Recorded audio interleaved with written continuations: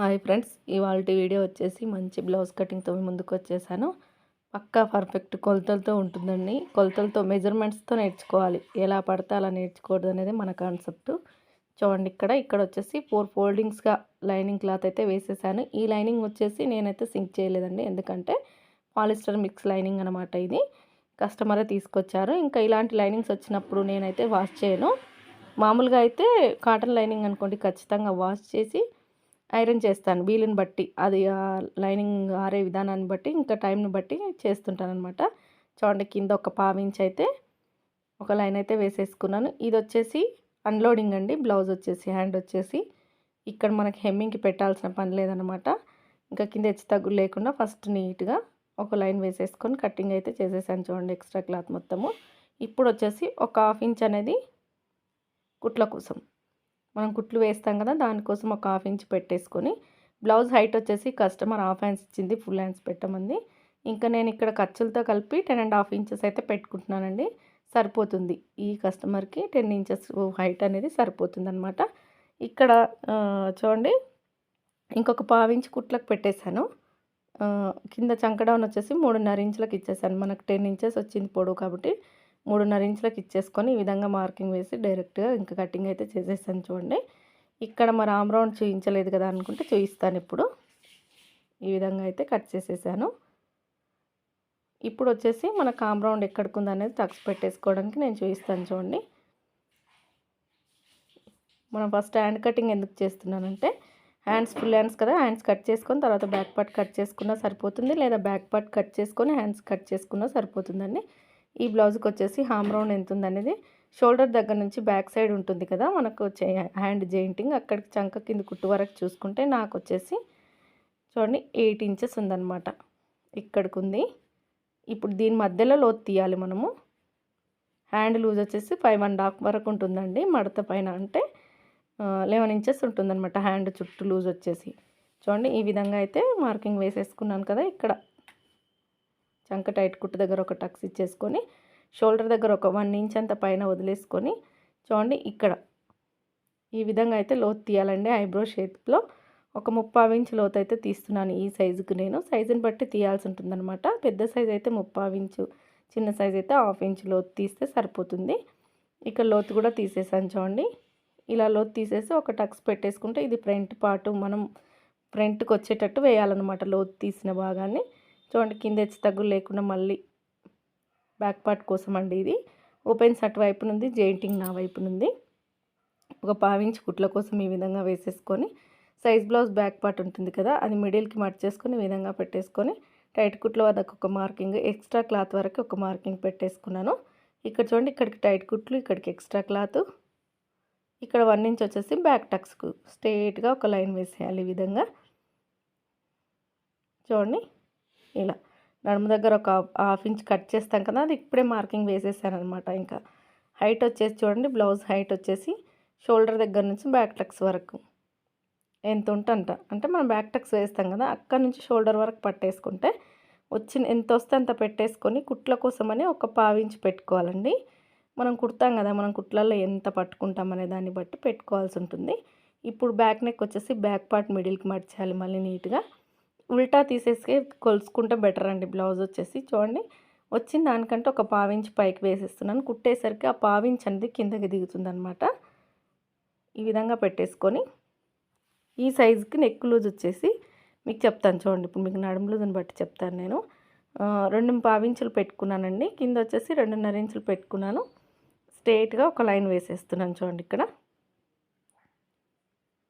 ఈ విధంగా neck round అయితే తిప్పేశాను. ఇది 30-32 సైజు ఉంటుందండి నడుము లూజు. నేను ఇక్కడ చెక్ చేయలేదు, కానీ ఎప్పుడు వచ్చే కస్టమరే. షోల్డర్ చూడండి, బ్లౌజ్కి ఎంత ఉంటే అంత పెట్టేసుకొని, చంక డౌన్ వచ్చేసి 5.5 ఇంచెస్ వరకు పెట్టానండి నేను ఈ సైజుకి. చూడండి, ఇక్కడ 5.5 వరకు పెట్టేసుకొని ఒక బాక్స్ షేప్ అయితే ఇచ్చేస్తున్నాను. ఇక్కడ ఇలా నీట్గా ఈ స్కేల్ అనేది కంపల్సరీగా వాడండి మీరు. కనీసం ఒక 10 రూపాయలు పెట్టి స్కేల్ కొనే స్టేజ్లో లేరా, ఖచ్చితంగా ఉండే ఉంటారు చూసేవాళ్ళు. మీరు నేర్చుకోవాలంటే ఈ స్కేల్ వాడండి. చూడండి, బుక్స్ పట్టి నుంచి ఫస్ట్ హుక్స్ నుంచి చంక కింది కుట్టు వరకు నేను చెస్ట్ అయితే చూసుకుంటే నాకు 9 ఇంచులు వచ్చింది. అదే 9 ఇంచులు ఇక్కడ పెట్టేసుకుంటున్నాను చూడండి ఇక్కడ. ఇప్పుడు ఇక్కడ స్ట్రెయిట్‌గా ఒక లైన్ వేయాలి. మనం చేత్తో వేసే లైన్‌కి, స్కేల్‌తో వేసే లైన్‌కి తేడా చాలా వచ్చేస్తుంది. కాబట్టి ఈ ఒక్క స్కేల్ ఉన్నా సరిపోతుందనమాట. ఆర్మ్ రౌండ్ దగ్గర వచ్చేసి 1.5 ఇంచుకి మార్కింగ్ వేసేసుకొని ఈ విధంగా రౌండ్ తిప్పేసుకోవాలి. ఇలా పైన ఒక 1/2 ఇంచు కుట్లకు వదిలేసుకొని మనకు ఆర్మ్ రౌండ్ ఎంత రావాలో చెక్ చేసుకుందాం. ఇక్కడ మనకు 8 ఇంచులు రావాలి. నాకు రాలేదండి, తగ్గింది. ఇంకా నేను మళ్ళీ ఒక 1/2 ఇంచు కిందకైతే దించేసాను చూడండి ఇక్కడ. ఈ విధంగా దింపేసుకొని మళ్ళీ 1.5 ఇంచుకి మార్కింగ్ వేసేసి ఈ విధంగా రౌండ్ ఇచ్చేస్తే ఇప్పుడు మనకు వస్తుంది కరెక్ట్‌గా. ఇదే చెక్ చేసుకోమని చెప్పేది ప్రతిసారి. ప్రతి ఒక్క టైలర్ చెప్తూ ఉంటారు, ఇది చెక్ చేసుకోండి, చెక్ చేసుకోండి అని. చూడండి నాకు 8 ఇంచులు వచ్చింది. ఈ చెస్ట్‌కి దీనికి మ్యాచ్ అయిపోయింది అనుకోండి, మనకు కుట్టేటప్పుడు పర్ఫెక్ట్‌గా ఉంటుందన్నమాట. అది తెలుసుకోవాలి ఫస్ట్.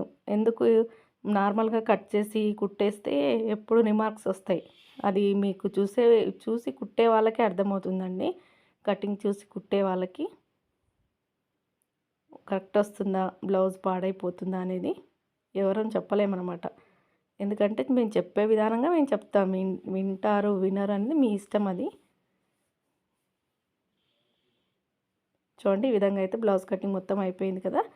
ఇప్పుడు వచ్చేసి నడుము దగ్గర చూస్తున్నారు కదా, ఇలా ఒక 1/2 ఇంచ్ అలా తీసేస్తే బ్లౌజ్ అనేది ఫిట్టింగ్ బాగుంటుందన్నమాట. ఇక్కడ టక్స్ అయితే పెట్టేసుకుంటున్నాను ఎక్కడికక్కడ. ఈ విధంగా చంక టైట్ కుట్టు దగ్గర, బ్యాక్ పార్ట్ నడుము టైట్ కుట్టు దగ్గర ఈ విధంగా పెట్టేసుకుంటున్నాను.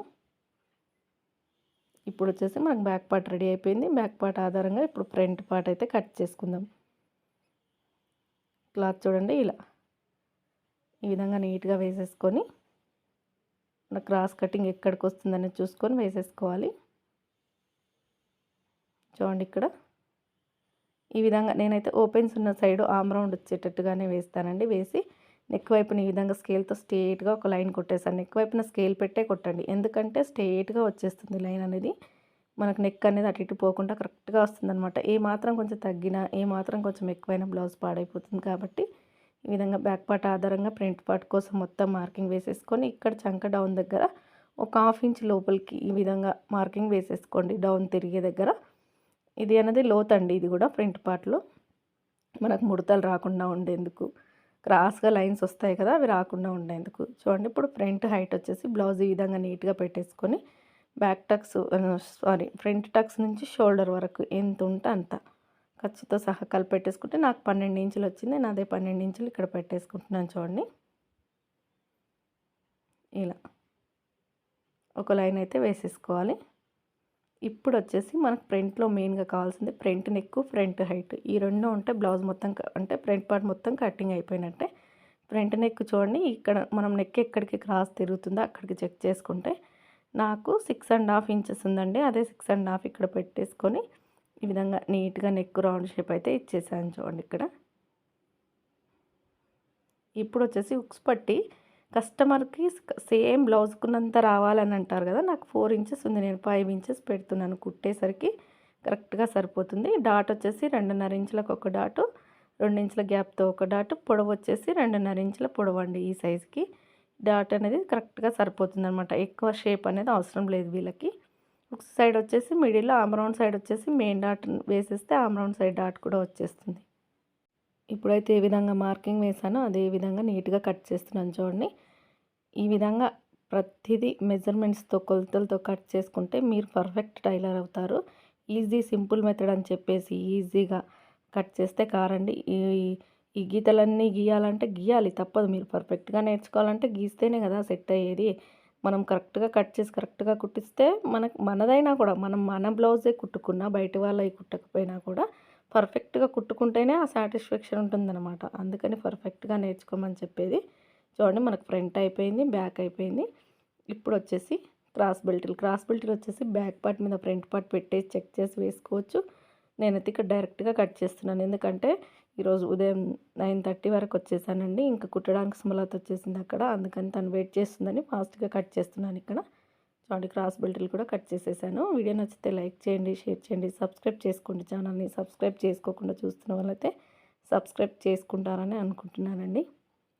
నేను చెప్పేదేంటంటే మీరు చూసేవాళ్ళు ప్రతి ఒక్కరు మెజర్‌మెంట్స్‌తో నేర్చుకోవాలి. మెజర్‌మెంట్స్‌తో నేర్చుకోకపోతే పర్ఫెక్ట్ టైలర్ కాలేరని నేనైతే చెప్తున్నాను. తీసుకోగలాలి. ఇప్పుడు నేనున్నాను బ్లౌజ్ కట్ చేస్తున్నానంటే ప్రతిదీ కొలుస్తూ వీడియో ముందు చెక్ చేసి చూయిస్తాను. ఫ్రంట్ నెక్ ఎలా చూసుకోవాలి, ఫ్రంట్ హైట్ ఎలా చూసుకోవాలి, బ్యాక్ పార్ట్ ఎలా పట్టి చూయించాలని చెప్పేసి.